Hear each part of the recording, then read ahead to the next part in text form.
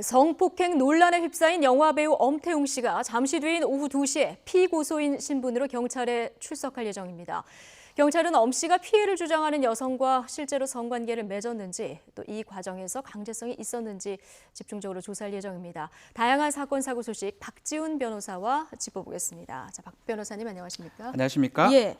자, 이제 한 4, 50분 정도 남았는데 경찰의 모습을 드러낼 텐데요. 경찰 오늘 어떤 내용에 초점을 맞춰서 이제 수사를 하게 되는 겁니까? 그렇습니다. 첫 번째 피고소인 조사거든요. 네. 사실 확인이 가장 중요합니다. 아마 첫 번째로는 그 1월 달 고소인이 주장하는 그 시점에 네. 그 오피스를 갖는 것부터 시작을 할 겁니다. 네. 갔다면 거기서 성관계가 있었다는 게 한번 확인해야 될 부분이고요. 예. 성관계가 있었다면 이 성관계가 합의냐 아니면 강제적이냐 네. 이걸 또 확인해야 되고요.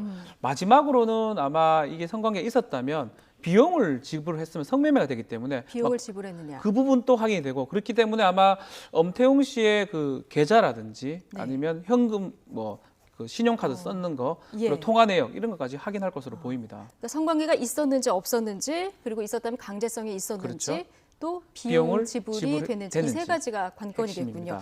그런데 지금 엄 씨의 소속사 측은 성폭행 없었다 이렇게 주장을 하고 있는 그런 상황인 거죠? 그렇습니다. 구체적으로 이렇게 얘기는 하고 있지는 않고요. 네. 일단은 그런 사실이 없었다. 조사를 그냥 잘 그런 사실이 받겠다. 없었다. 이렇게 얘기를 했고 예. 다만 이제 무고라든지 네. 공갈 협박에 대해서 법적 검토를 지금 하고 있다라고 지금 얘기를 밝히고 있습니다. 지금 갔었다 안 갔었다 여기에 대한 입장도 지금 안 나온 건가요? 그러니까 그런 부분들은 이제 사실은 조사를 받으면서 아마 나중에 아. 조금 얘기할 걸로 보이고요. 예. 검토를 하겠다는 거거든요. 검토를 무고하고 의미가 있는 게 공갈 협박까지 지금 포함이 되어 있습니다.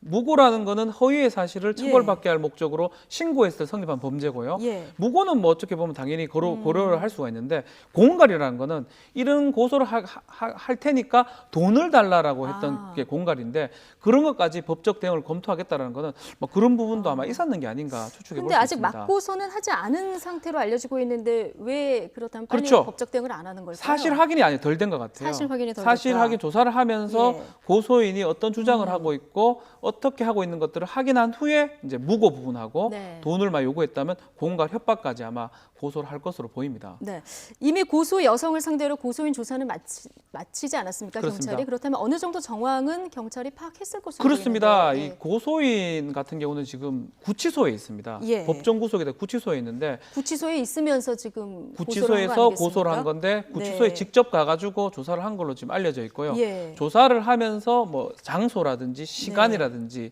어떤 행위라든지 고소인 주장 부분들은 다 확인한 것으로 지금 네. 보입니다. 그런데 이 사건이 사실 지난 1월에 벌어진 일이잖아요. 왜 반년이 지나서 지금 고소를 하게 된 그렇죠. 겁니까? 일단은 예전에 이제 이 강간죄라든지 예. 성폭행 관련 범죄가 친고죄일 때는 고소 기간이 정해져 있었어요. 6개월 이내에 6개월. 하지 않으면 고소를 못 합니다. 네. 근데 지금은 친고죄가 아니기 때문에 예. 고소 기간 제한이 없어 가지고 사실은 6개월 이후에 이렇게 하는 경우는 잘 없습니다. 네. 없는데 이제 그 당시에 이 여성이 사기죄로 재판을 받다가 예. 법정 구속이 되는 일이 생기거든요. 네. 뭐 그거랑 또 연관이 있기 때문에 아마 이 여성이 시점이 사실은 왜 그때 고소를 했느냐. 만약 예. 성폭행을 당했으면 직후나 하여튼 뭐 한 달 이내에 하는 게 일반적인데 뭐 네. 그런 의문들이 많아서 최초에 이제 무고의 가능성이 있다고 이렇게 보도가 많이 됐었습니다. 그렇군요. 이런 부분 저런 부분 좀 이상한 점들이 있는데 이 부분 모두 다 해서 오늘 경찰이 수사를 할 텐데요. 만일 그 성관계로 아까 말씀하신 네. 대로 쟁점이 세 가지인데 대가가 있었다면 강제성이 없더라도 엄태웅 씨가 처벌을 받을 수 그렇죠. 있는 거라면서요. 성관계의 대가로 비용을 지급하게 예. 되면 성매매가 됩니다. 성매매를 하게 되면 1년 이하의 징역 또는 300만 원의 네. 벌금에 처할 수가 있는데 그 부분이 혐의가 적용될 수는 있습니다. 근데 다만 글쎄요. 6개월, 5개월 정도 한참 지난 후에 성관계를 했다라는 그 증거가 사실 과연 뭐가 있을지 예. 그거를 입증하는 게 사실 쉽지가 않습니다. 그냥 했다라고 해서 되는 게 아니고 네. 뭐 관련된 어떤 증거들이 증거물들이 있어야 있어야 되는데 되는데. 그거는 사실은 예. 조금 그 여성이 어느 정도 증거를 갖고 있고 네. 어떤 걸 갖고 있는지 모르겠지만 실제로 입증하는 부분들은 조금 어려운 측면이 있지 않을까 생각이 듭니다. 그러면 이 두 사람의 진술이 엇갈릴 때는 경찰은 어떻게 수사를 합니까? 일단은 여성이 무슨 증거를 갖고 있는지 모르겠지만 예. 아마 녹음이라든지 이런 게 갖고 있을 가능성이 있거든요. 그리고 두 사람의 진술이 많이 엇갈린다면 성범죄 같은 경우 대부분 거짓말 탐지 조사를 합니다. 거짓말 탐지기를 해가지고 증거 능력은 사실 없습니다. 우리 법적으로는. 그리고 네. 동의를 하지 않으면 조사를 안 합니다. 그렇지만 수사에 중요한 자료를 쓰기 때문에 아마 만약 끝까지 어떤 진술이 만약 대립된다면 거짓말 탐지 조사도 가능할 거로 거짓말 생각됩니다. 탐지기 조사도 가능할 것이다. 네, 엄태웅 씨 아내 지금 둘째 임신 중이라고 하는데 아무쪼록 좀 빨리 해결이 됐으면 그렇죠. 좋겠다는 그런 생각이 드네요. 자.